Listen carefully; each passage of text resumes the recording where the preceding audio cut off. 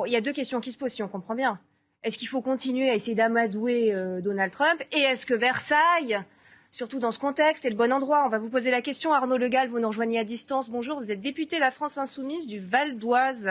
Déjà, est-ce qu'il faut continuer avec Donald Trump à essayer d'obtenir ce qu'on peut? Et puis, qu'est-ce que vous pensez du choix de Versailles?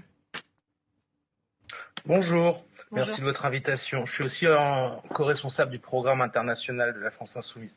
Avant, je voudrais juste, puisque je reviens du Liban, d'un déplacement d'une semaine en tant que président du groupe d'amitié où j'ai rencontré toutes les autorités, les déplacés, des associations, je voudrais réexprimer ma solidarité totale avec le Liban et pointer, puisqu'on parle du G7, le fait que là-bas, on nous a beaucoup dit, vous avez à juste titre émis 21-30 sanctions contre la Russie, rien contre Israël, alors que notre pays est ravagé, des centaines de milliers de déplacés, plus d'une soixantaine de villages rasés, etc.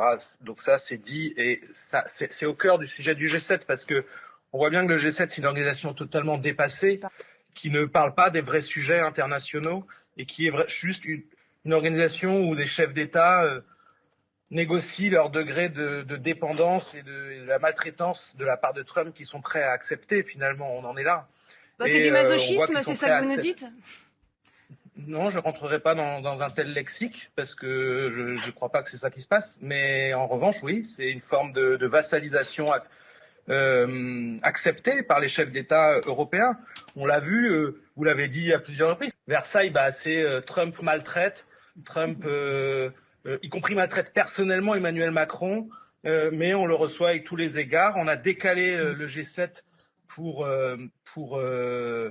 la date du G7 pour satisfaire, parce que ça collait pas avec la date de l'anniversaire de Donald Trump. Tout ça est humiliant. Et d'ailleurs, vos interlocuteurs en plateau l'ont dit, il n'y aura même pas de communiqué commun, parce que de toute façon, tout ça, c'est de la façade. On sait que l'ordre du jour a été largement dicté par Trump. Donc les aspects commerciaux, comme par exemple la question du déséquilibre commercial, moi je ne vois pas ce que Macron peut négocier dans ce cadre, alors qu'au Parlement européen, tous les députés macronistes ont accepté l'accord commercial totalement léonin entre l'Union européenne et les États-Unis. À l'Assemblée nationale, pareil, quand on a eu un débat sur le sujet, ils ont refusé de voter pour une résolution dénonçant cet accord commercial. Pour le reste, Trump veut parler d'immigration, d'énergie, les sujets qui sont au cœur de la doctrine de sécurité nationale US éditée en novembre dernier, où en fait il donne des leçons à l'Europe et où il exprime clairement la volonté de vassaliser l'Europe. Bon, il n'aurait pas fallu le recevoir à Versailles. Juste pour avoir une réponse à ma question, s'il vous plaît, il n'aurait pas fallu le recevoir à Versailles, ou bien il faut continuer quand même? Enfin, les États-Unis sont quand même la puissance aujourd'hui. Vous avez compris ma réponse, je pense. Non, à un moment donné, ça suffit. Ouais. On n'est pas là pour se faire humilier.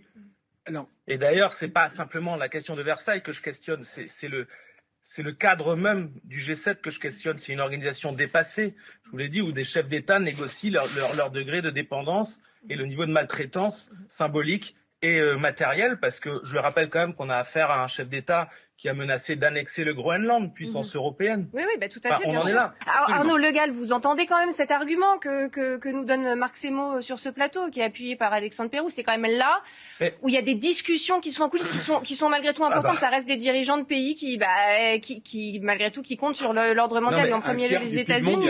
Un tiers du PIB mondial, comme le rappelle Marc. Oui, un tiers du PIB mondial, mais par exemple, je note qu'à cause de sa politique totalement alignée sur les États-Unis, le président Macron n'a pas réussi, par exemple, à aller discuter dans un autre type de think tanks, qui, par exemple, les BRICS, qui représentent eux aussi une énorme part du PIB mondial. Il faut discuter avec tout le monde. Mais le problème, c'est pas, vous l'avez dit, c'est un club informel de discussion. Le problème, c'est que ce club informel de discussion, il n'est d'accord sur à peu près rien, à part sur le fait qu'on n'a pas le courage de s'opposer clairement à Donald Trump. Et de ce point de vue, vous l'avez dit, c'est le dernier grand sommet international, enfin en tout cas du G7 de Macron, et la boucle est bouclée. Il aura commencé son premier mandat en disant au Congrès des États-Unis, alors que c'était le premier mandat de Trump à l'époque, qui voulait diriger le monde libre avec lui. On a vu, qu'est-ce que ce genre d'expression signifie, et on a vu la suite. Et il finit en invitant Trump à Versailles pour son anniversaire, alors que Trump maltraite la France, maltraite l'Europe, et le maltraite même lui personnellement. Et quand Trump maltraite le président de la République française personnellement, c'est la France qui l'insulte, quoi qu'on pense par ailleurs du président de la République française. Nous l'avions d'ailleurs soutenu à l'époque quand il avait été insulté par le président Trump. Et pour revenir, vous l'avez dit, les sujets fondamentaux, notamment du moment, la paix au Proche-Orient, ne sont pas discutés là sérieusement. Il y a des échanges bilatéraux et c'est très bien, mais rien ne sera décidé là. Ça n'est plus là que ça se décide.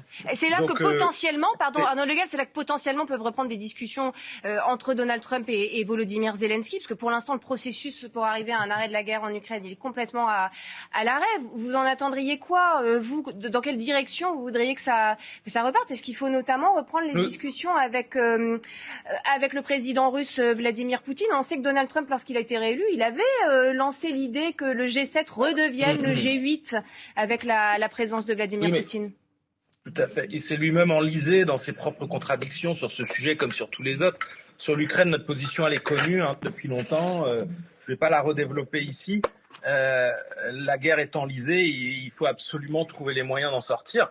Mais je redis, ce que le monde extérieur, quand je dis le monde extérieur, c'est les pays, parfois quand on dit le Sud global, expression très imparfaite, mais bon, en tout cas, les pays non occidentaux, ce qu'eux, ils voient, c'est que dans les rencontres informelles ou formelles entre occidentaux, on ne parle que de l'Ukraine. En bilatéral, on parle un peu de la guerre en Iran parce qu'elle nous impacte désormais, parce que Trump a fait la bêtise de suivre Benjamin Netanyahou dans cette affaire et qu'on voit l'impact. Oui.